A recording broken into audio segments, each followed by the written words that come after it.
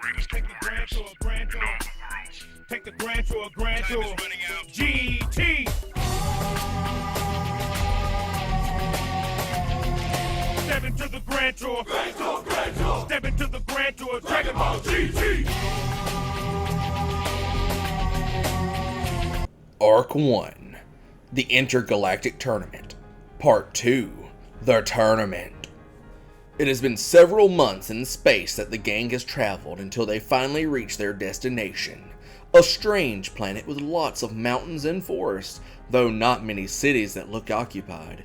Though, after several moments they arrive at a large, ornate coliseum, where several people have gathered and are celebrating their arrival.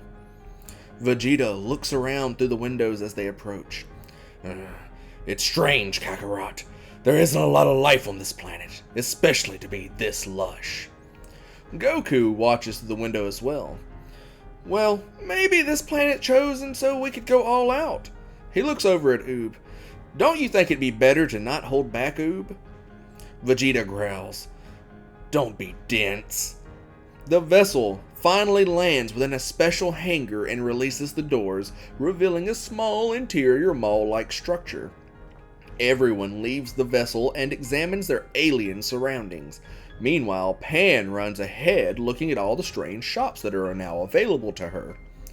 She laments that Bra really would have liked if she had came along. Now, let's not get too far ahead of the group at least.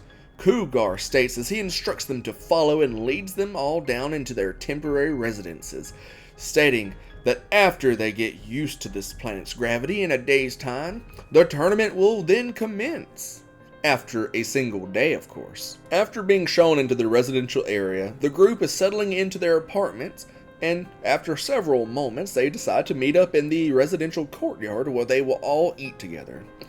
They begin catching up with Goku, but Vegeta heavily puts the focus on Oob's training with Goku and his current power.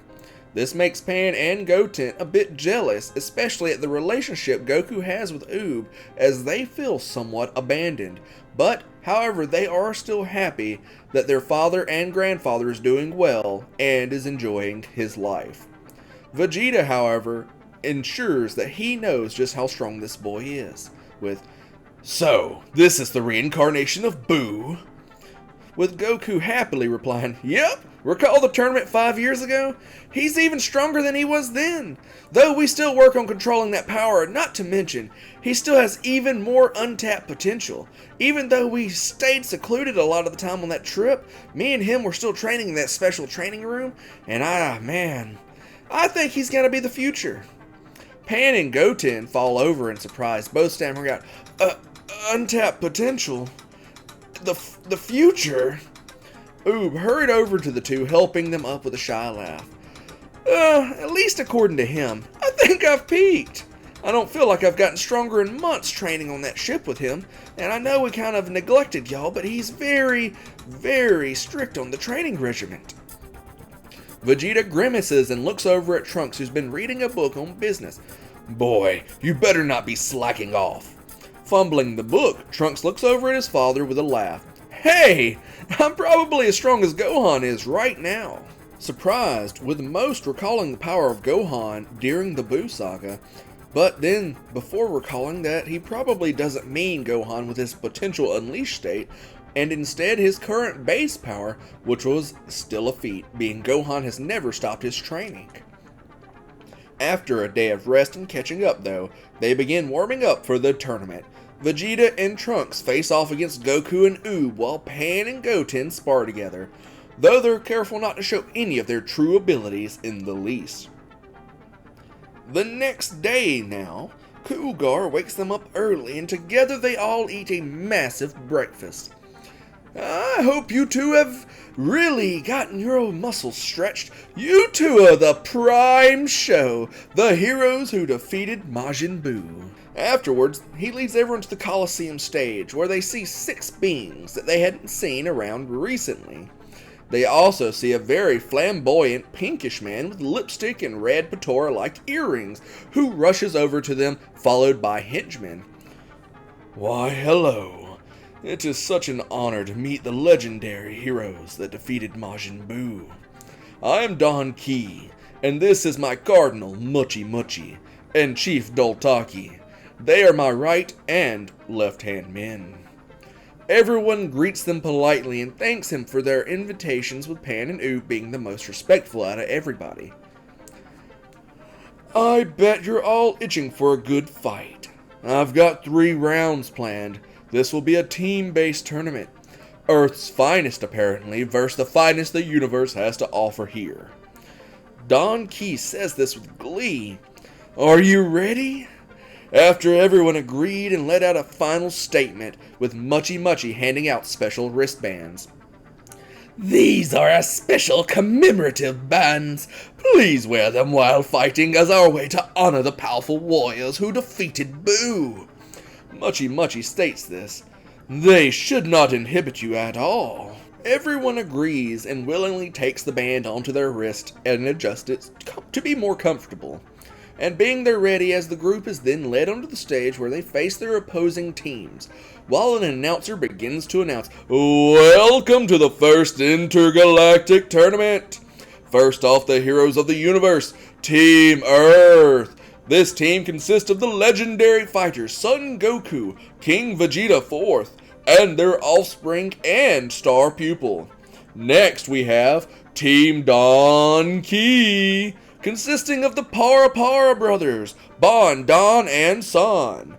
Next we have General Rildo of planet M-2, Legic the Powerful, and Leon the Lion, also of M-2.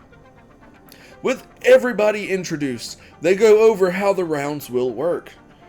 Each team is told that they will decide who faces who, and the winner of that round will gain 1 point.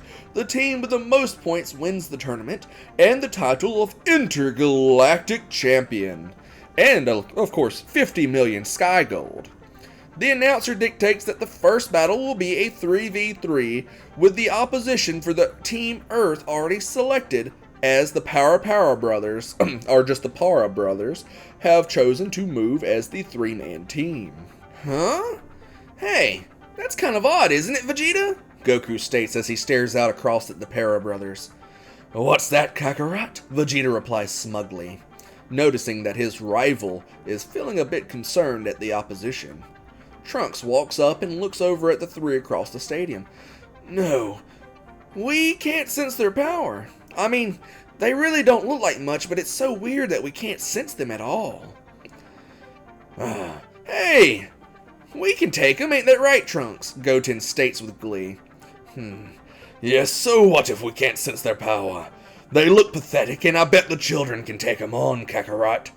Vegeta states this is an absolute fact in his eyes. Goku, however, peers around at everyone once again before acknowledging and agreeing with him. I agree. I think the kids should really show us that they haven't been slacking off all these years. After the 2 state that the kids should handle this first round, they have them play rock, paper, scissors and determine who of the kids will go on to face the Para brothers. After a quick match, it's decided that Pan, Oob, and Goten will face the Para brothers in combat. Meanwhile, however, underneath the stage itself, a special lab is seen with a large baby doll-like mechanical statue sits with various tubes and wires running out of it. Muchi Muchi is seen with Doltaki, having seemingly split off from the group and working diligently together to ensure that their work will be completed in time. Muchi, these earthling idiots, Doltaki laughs, changing dials. Those bands will give us a direct link to their power and transcribe it into our greatest creation. Muchi smiles. Yes, indeed. Idiots, idiots, idiots. He pulls up a terminal entry. We will soon create a new demon god that will surpass the legendary Buu and destroy those who would be the only opposition to Don Key. Hey guys, it's Protector Cross once again. I hope you enjoyed part 2 of Arc 1, the tournament, and I hope you'll stay tuned and watch part 3 when it comes out, as we actually dive into some full-blown combat. Now, we don't know how this is going to go. I'm not gonna lie to you and say that I've pre-written this. I think I'm gonna leave this up to some dice rolls. So, be sure to tune in for an action-packed part 3. Now, don't forget to like, comment, and subscribe if you enjoyed this video. I appreciate you all. Have a good night, a good day, and have a good time. This is Cross, signing off.